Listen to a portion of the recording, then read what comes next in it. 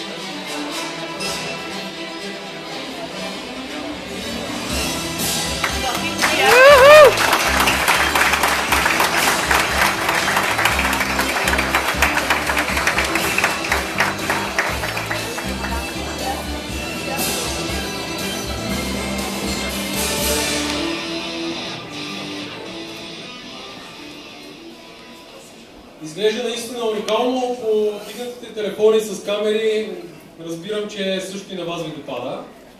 Ще имате възможност малко по-късно да се докоснете, да го разгледате по-подробно отвътре, отвън съответно. Ще помолим само скоро на копия да му оставите на място, но можем да разкажем много повече неща за нея.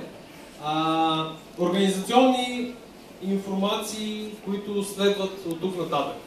Всеки един от вас, който е регистриран за участие, е получил една картичка с обозначение с името и точка на нея. Ще помолим това така хубавата българска думичка name-tag да го носите видимо, така че нашия екип да се ориентира кой просто минава от тук и тези от вас, които участват в събитието.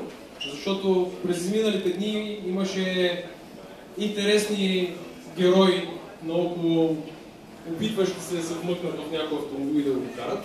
Така че ще помолим наистина през цялото време носете видимо тези обозначения.